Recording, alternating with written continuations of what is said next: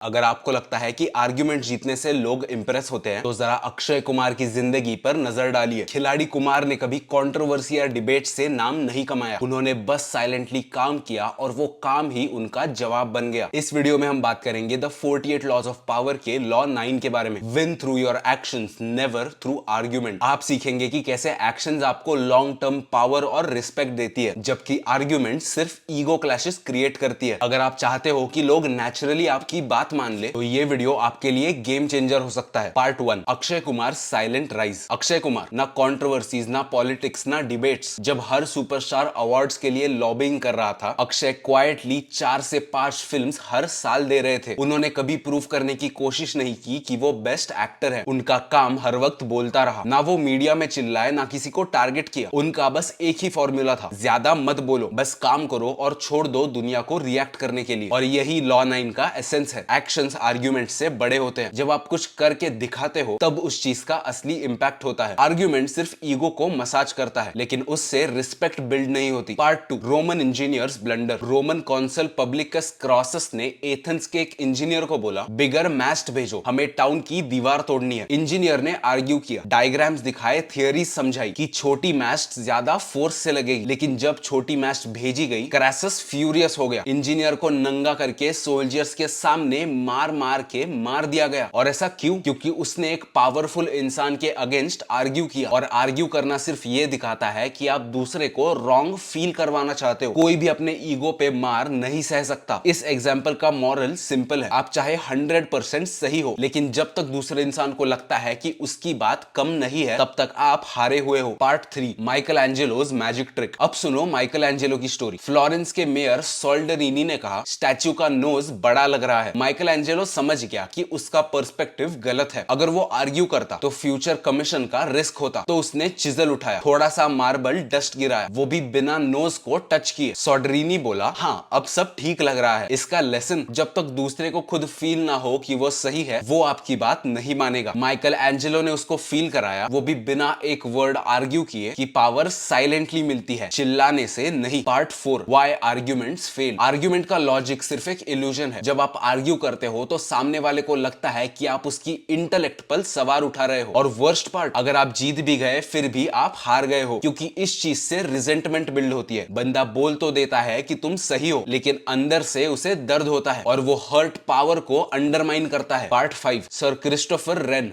Dummy pillars. England के most respected architect sir Christopher Wren से mayor ने कहा, यह बिल्डिंग टूट जाएगी, इसमें और पिलर्स डाल दो। रेन ने बिना आर्ग्यू किए पिलर्स डाल दिए, लेकिन वो पिलर्स सीलिंग से कुछ इंचेस पहले ही रुक जाते थे। दिखने में सपोर्ट कर रहे थे, लेकिन एक्चुअल में फेक थे। इसका रिजल्ट, मेयर खुश हुआ, डिजाइन इंटैक्ट रहा और रेन का ईगो सेफ। और सबसे जरूरी बात, इसमें आर्ग्यूमेंट्स जीरो रहे। Part 6, the symbolic power, Kissinger and Masada. Henry Kissinger जब इजराइल से टेरिटरी नेगोशिएशन कर रहे थे तो उन्होंने डायरेक्ट वार्निंग नहीं दी। उन्होंने मसाडा को विजिट किया, एक जगह जहां 700 लोगों ने अपनी जान दे दी थी, और वो भी सरेंडर ना करने के लिए। उनका मैसेज क्लियर था, don't be so stubborn that it ends in self destruction. आप काफी कुछ सह सकते हो बिना कुछ कहे। Part 7, when argument works as a distraction. Yes, law का रिवर्सल भी है। कभी कभी आर्ग्यूमेंट डिस्ट्रैक्शन का काम करता है, स्पेशली जब आप किसी डिसेप्शन को कवर कर रहे हो, जैसे काउंट लस्टिग ने किया। जब एक शेरिफ ने उसके ऊपर गन तानी, उसने कामली आर्ग्यू करना शुरू किया, इतना इमोशनली कि शेरिफ का फोकस ही हट गया। तब आर्ग्यूमेंट का काम होता है कंफ्यूज करना और अटेंशन हटाना, लेकिन नॉर्मल लाइफ में ऑलमोस्ट ऑलवेज डिस्ट्रक्टिव। तो याद रखना,